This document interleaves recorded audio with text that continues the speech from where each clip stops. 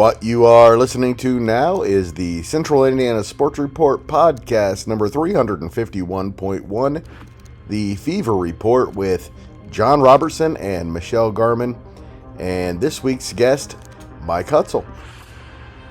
On this week's Fever Report, we talk about the Fever's serious problem with injuries at point guard, Kelsey Mitchell's MVP candidacy, Lexie Hull's breakout game against Chicago, and we ask questions like, when is Caitlin going to return? Who's going to make and miss the playoffs? And what does the WNBA need to do to change to appeal to the average sports fan? You're listening to the Central Indiana Sports Report with your host, Greg Mengelt. Welcome, Fever fans, to the Central Indiana Sports Report and the Fever Report with John and Michelle and our special guest today, Mike Hutsell. He's done it twice. He liked it so much, he's back again to talk some Fever and WNBA. And guys, Caitlin Clark's been out a while, and now her backup's out, and now her backup's out, and it's kind of a mess, John. Yeah, she's listed as day-to-day. She's listed as game-time decision for tomorrow. I would be really surprised if they play her tomorrow, but they've changed her status. I've heard she's out Tuesday and possible after that.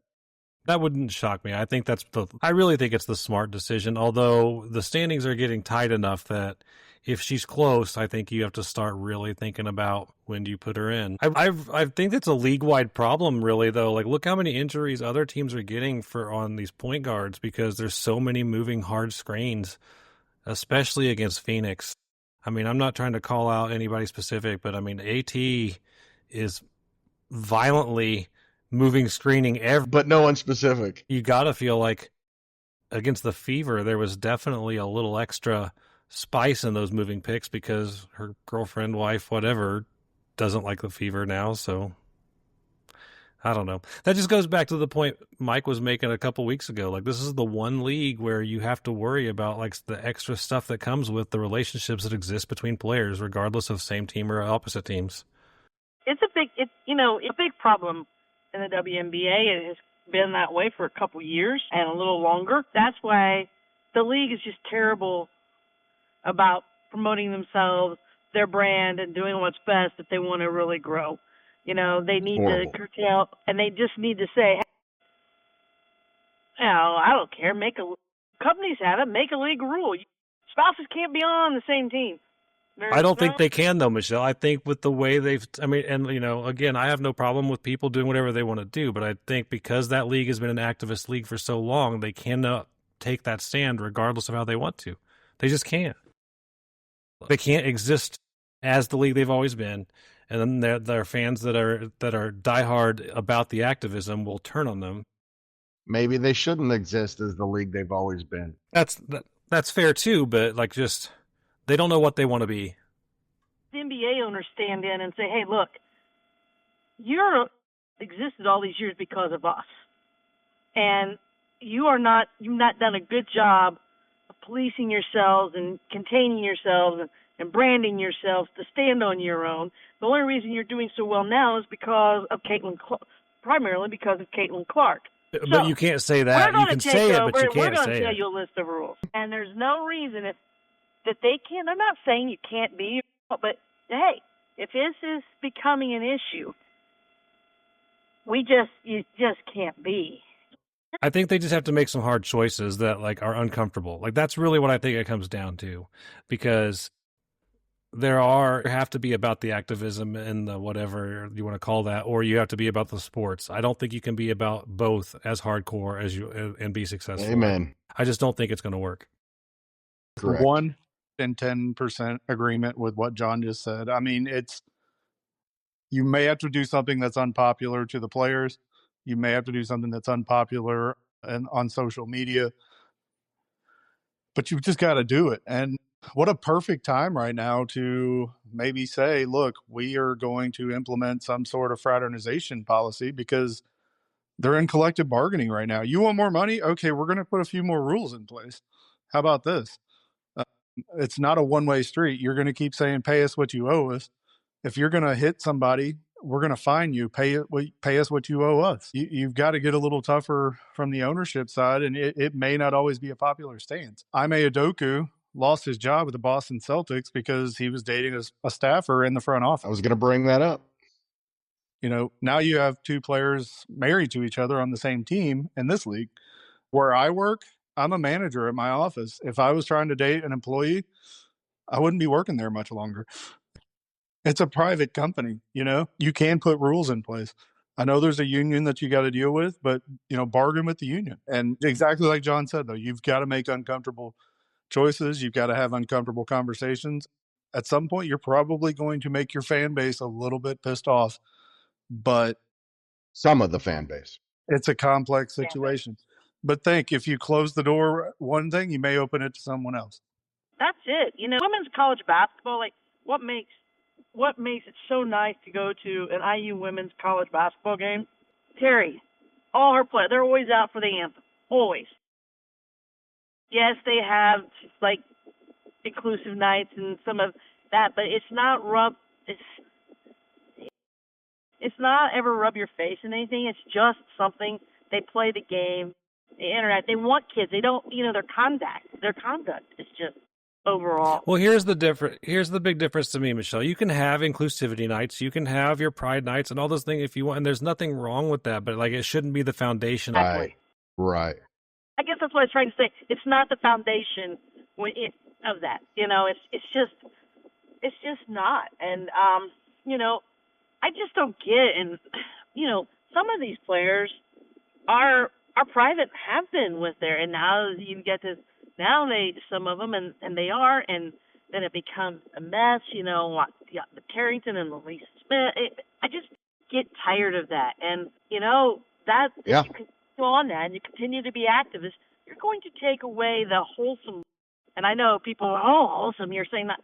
When I say wholesome, I mean families. The parents want to take their kids to just a game so they can find a player that they can look at and say, hey, look at what every other sports league is.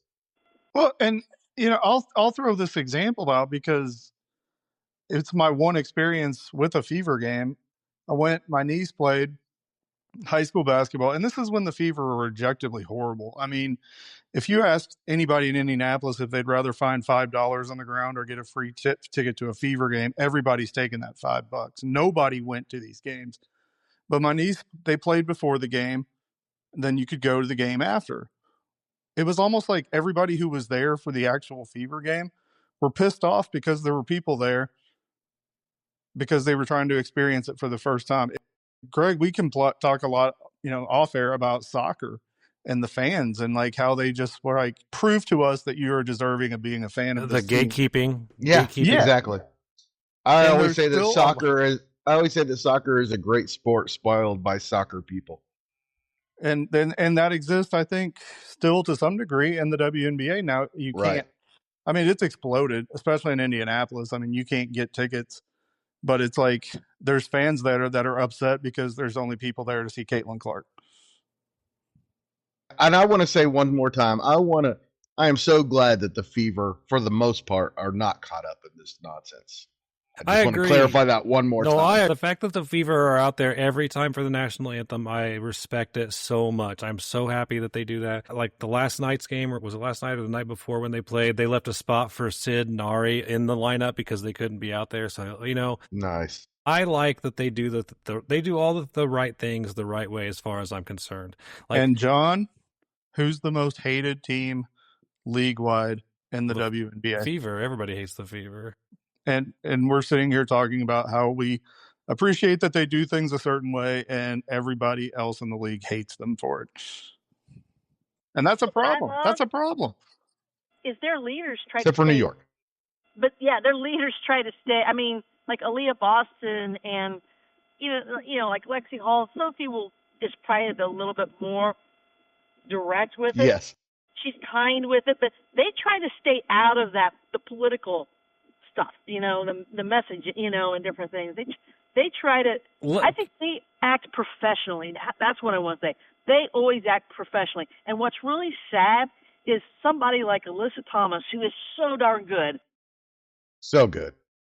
does not always act professionally. And Can we really just sad. shout out Aaliyah Boston for her perfect answer when they asked her about the fans booing DeWanna Bonner? Her answer was absolutely perfect. She said, "That's got nothing to do with me. The fans are going to do what they're going to do. Whatever." That was the perfect answer. She's the freaking best. Love her. She is. She's amazing. No, I do like the spice we're getting from Sophie. I love that Sophie's just owning this nasty girl or whatever you want to call it. Like, she's just like, yeah, I'll talk all the trash. I'll take all the heat. Screw it. I love that. And then the support, but the support she gives within the team is amazing. Like, she was there for Lex when Lexie had a great game. Lexie played fantastic the other night, and Sophie stayed out there for Lexie's on-court interview and stayed there and supported. Like, I really think this core team loves each other, and I love that. Just like we said about the Pacers, right? The Pacers really cared about each other, and that's why the sum was bigger than, or the whole was bigger than the sum of its parts. And I think that's what we're going to see with the Fever. Man, we really took a long way to get around to where we are now. Fever guys. What are they going to do at guard here? Because Odyssey Sims alone, that's right. Because Odyssey Sims alone probably isn't going to cut it. They're going to probably have to do something. Let's be honest, though. When you've got Kelsey Mitchell on the floor, you don't need a ton to really help her because she's killing it. Kelsey has been playing so well. She's the leading scorer in the WNBA right now. She's not total points, yeah. Yeah. I know that Minnesota, Fisha Collier, I know she's hurt right now. You've got A'ja Wilson, but you could make a real case that Kelsey's been in the MVP discussion this year. Yes. I mean, absolutely. With everything that's happened around this team, and for her to be leading the league in scoring, I mean, I was thinking that the other day. For that, because I will say this, I'm one who believes, just like I believe Sonia Citron should probably get Rookie of the Year over Paige Beckers, and here's why. Sonia Citron hasn't missed a game, and I'm a big believer that you need to play a certain percentage of your games to get those big awards of the season. Well, let me make you're demonstrating a point that I've really noticed about us and lots of people all season long. Sonia Citron's great. I agree with you. She's probably my pick for Rookie of the Year at the moment. But we just took a conversation about how spectacular Kelsey Mitchell's been, and we just glanced over it because we're so used to it. I mean, and I don't mean that as a knock on you, Michelle. I really think that it does. Is a great example of how we don't talk about Kelsey Mitchell enough. Let's stick with the fact that she really is fantastic right now. She should be. I don't know that she can get it because she is a little bit one dimensional. I'm not if I'm being a realist and not a biased Fever fan, she's a little bit one dimensional on the scoring. Her thing is scoring, but she's been assisting better than she usually does lately. Before Collier went down, it was a hard argument to make, but now I'm not sure that it is a hard argument to make. I think she is legit. I 100% would. I would vote for her. I do think that you're going to have people that are going to put, now that Fee has been injured, I think A'ja Wilson's going to be the pushed as the number one. Well, especially after a 30-20 last night. Yeah, that's legit. I can see that argument. I think you'd probably take Wilson over Mitchell, but I still think Mitchell has a chance to play her way into it, particularly if the Fever climb the standings. I think right now the rankings for me, not for me, if I had to guess what the rankings would be, is going to go A'ja Wilson, Alyssa Thomas, and then you could put Collier, Mitchell in the same third, fourth ballpark. I think Kelsey should get way more consideration, but look at the history of her. She's played great for a long time on a crappy Fever team and now on a good Fever team, but she's really never gotten that much recognition that she deserves. And I think that it's time to really make sure that she knows that she's loved. We love Kelsey Mitchell. I watched a recent ball game as they were talking about MVP and future, and somebody possibly, will probably be an MVP in this league, and possibly this year she keeps them was Aaliyah Boston. And nothing against, because I love Aaliyah Boston, and she's done a lot too, especially passing and assisting and things with Caitlin out. But I'm they just they ignored Kelsey Mitchell. I'm how can you mention Aaliyah Boston but not mention Kelsey Mitchell in that same regard? But let's be honest, Aaliyah Boston's also been playing great. They're both playing spectacular basketball. Aaliyah's development has been incredibly good. I don't want to take anything away from how well she's playing. She is playing so well. Let's get back to the Fever. Okay, so in our last 10 games, we're 6-4. If we had said that after a West Coast run, a West Coast, long road trip, we'd be 6-4. You are right. Yeah, I think 6-4 is solid. I think that's a good result. I mean, I think they should win tomorrow. They should beat the Wings tomorrow. All right. Well, let's right now they're tied for 5th with the Aces, 2 games ahead of the Storm and Valkyries, and 2.5 ahead of the Sparks for the last playoff spot. Coming up, they've got the Wings on Tuesday. Well, we broke down the schedule the last time we were on, and it got a lot more manageable after that trip out, the trip that they were on, especially with Minnesota being, we Right. still don't know what Collier's status is going to be. I mean, Minnesota is kind of a machine in and of itself right now, so it's really hard. But any 9-1. game do they get more games against Chicago, right? They're not done there, right? Because those are automatic W's at this point. Correct. Washington, they play twice. Connecticut, they play once. But yeah, there's some. And I would say the Sparks too, but apparently the only team they can beat is the Fever. Yeah, the Sparks, for whatever reason, we just can't beat. I honestly don't want to see them in the playoffs. I mean, the Sparks aren't even in the playoffs right now, but if they make it in and we have to face them, that would be bad. I would guess I'd get in. I did see where Cameron Brink finally, she had a great game. She's been playing well on the defensive end and everything, but she played well on both ends of the floor last night or the night before. The league is getting annoyed with my daily MVP vote that I keep emailing them for Cameron Brink. Like, honestly, her comeback has been better than I expected after such a long injury, hiatus. Like, she's playing really well, and I think she's showing why she was taken as high as she was in the draft. And since she's come back, that team has gotten a lot better. I mean, like you said, you don't want to play that team in the postseason, and right now they are just on track to maybe sneak in and maybe be somebody dangerous for Minnesota if they had to run into them. Yeah, they have won 4 of their last 5 and 9 of their last 11. They're 8 of their last 10, 8-2 in the last 10. So, and we broke down after the Fever lost to them. It's not a lack of talent on that team. It's just getting it all in the right place and getting it to gel. So that's a dangerous team with the playoffs looming. Atlanta's on an 8-2 run also, so they're tied with New York for 2-3 spot. New York has the tiebreak. So, I mean, honestly, the playoffs, we're getting close, and it is really tight from pretty much 2 to 9. Yeah, 10. Yeah, 10. Yeah. Yeah, once you get to Chicago, it doesn't matter. And then Dallas and then the final 3 are by themselves. It's going to be interesting what happens. I do think I do have to take a moment to give my girl Lexie a shout out for having her comeback game. I was about to bring it up. Like, nice I was so happy to see her. Like, I felt like she had it coming at some point. Like, she just needed to get her confidence. And she hit that. She had a 3, like, right off in, like, maybe 3 minutes into the game. And I said, she's got it. Tonight's her night. And she just went Saw that on Twitter. That made me happy. That made me so happy. You were there, right? Saturday night? No, I was not. I'm going tomorrow, but I didn't go on Saturday. John's ecstatic. I know he's happy. I was happy for it, but I think Alexie's one of those people that are, with her confidence, I think I'm going to guess like Sophie and even like Caitlin and say, hey, we need you. I mean, with being down McDonald and being down Colson, I mean, Lexie's a guard too, I mean, her and Sophie, they have to become consistent and, step up, and especially I think it was just like a case of the I think it was like a case of the yips in golf, man. Like, she got off her consistency. It got in her own head a little bit. Her shot just wasn't falling, and it just was a continuous, mental thing. And she finally just saw one drop, and then the game unleashed. So I think she's going to be strong from here on out.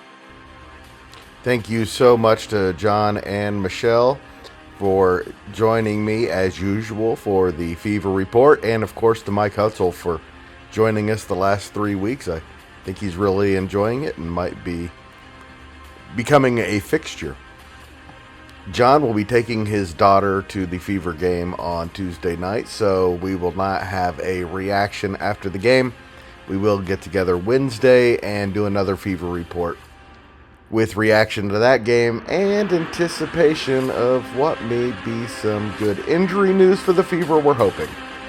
So, a Fever Report coming in coming again on Wednesday, maybe even Thursday morning.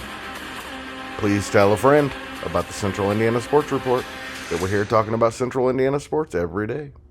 The Central Indiana Sports Report is a product of ITG Media, and I love Susie.